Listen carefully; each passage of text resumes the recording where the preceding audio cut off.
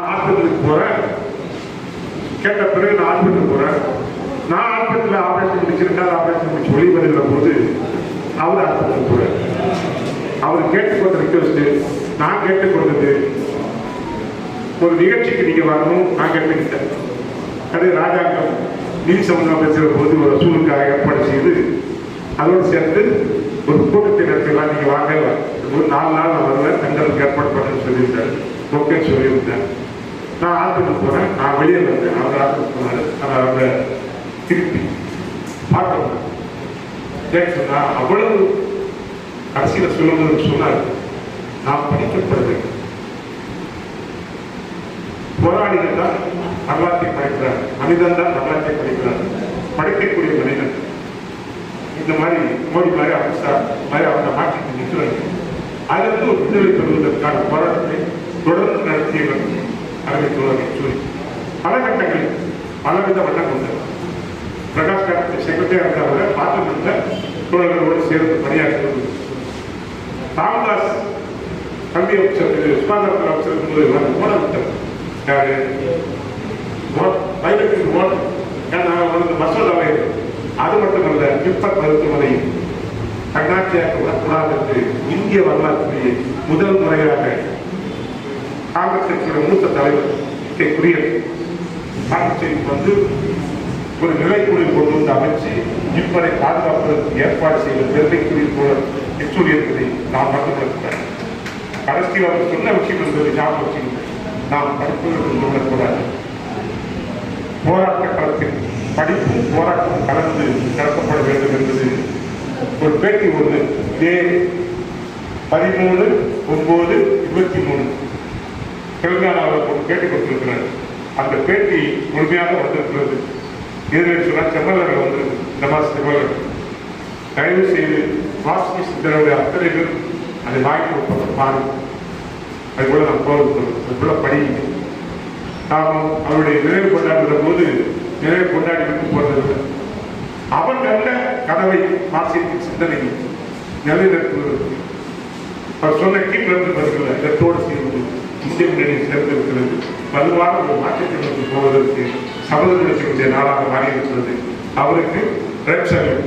Comrade Yechury, red salute, red salute, red salute, red salute, red salute, red salute, red salute. Comrade யெச்சூரிக்கு, comrade யெச்சூரிக்கு, red salute, red salute, red salute, red salute. இன்குலாப், இன்குலாப், இன்குலாப் ஜிந்தாபாத். இன்குலாப், இன்குலாப், இன்குலாப் ஜிந்தாபாத்.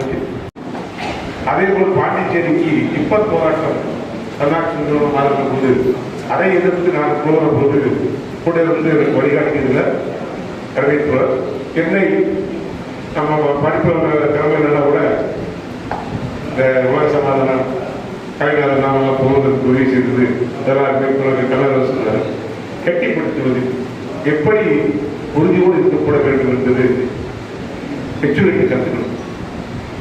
நான் இப்போ இங்க வந்து இருக்கக்கூடிய டிபி, ஆர்மி, நீதி தலைவர், ஆர்மி மற்ற தலைவர்கள், கொள்ளியில் நம்முடைய எம்எல்ஏ எல்லாருமே அங்கு வந்திருக்காங்க. ஒரு ஒற்றுமை இந்த காலம். இந்த ஒற்றுமையில் யெச்சூரி கண்ட கனவில் கொண்டான அந்த முப்பதிகளில் அவர் சொல்லுகிற போது கடைசியாக அவர் சொன்னது ஞாபகப்படுத்துகிறார். Keep left, left hand right. இந்திய முன்னணியோடு சேர்ந்து வலுவான ஒரு மாற்றத்தை உருவாக்க வேண்டும் என்றுதான் கடைசி வரைக்கும் சொன்னார். அவர் வீர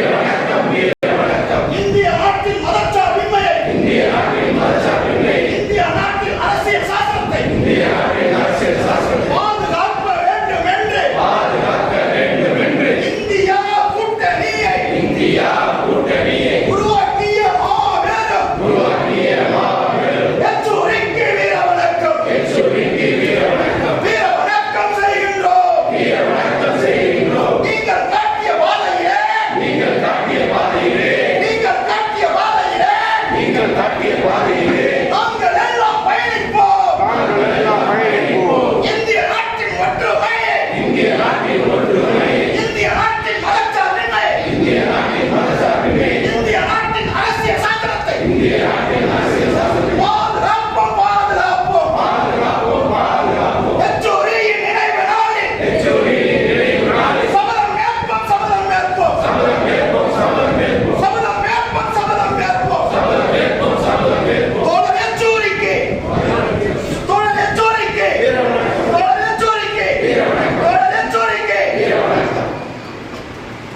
இந்திய கம்யூனிஸ்ட் கட்சி மார்க்சிஸ்ட் லெனினிஸ்டுடைய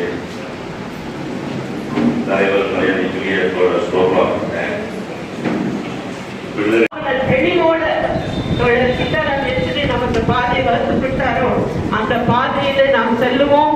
இதோ படம் தெரிந்ததோட மட்டுமல்ல தோழரே, நீங்க காட்டிய பாதையில் நாங்கள் அந்த புரட்சி அந்த குடியோட நம்முடைய உயர்ந்த அந்த துணிச்சலோட நாம் முன்னெடுத்து செல்வோம் என்று சொல்லி இங்க நிஜமாவே இப்படி ஒரு படத்திறப்பு அதுல கலந்துக்கிறதுக்கு வாய்ப்பு அளித்தமைக்கு என்னுடைய நன்றியை இங்க உரைத்தாக்கி கொண்டு கொடுத்துக் கொள்கிறேன். நன்றி, வணக்கம்.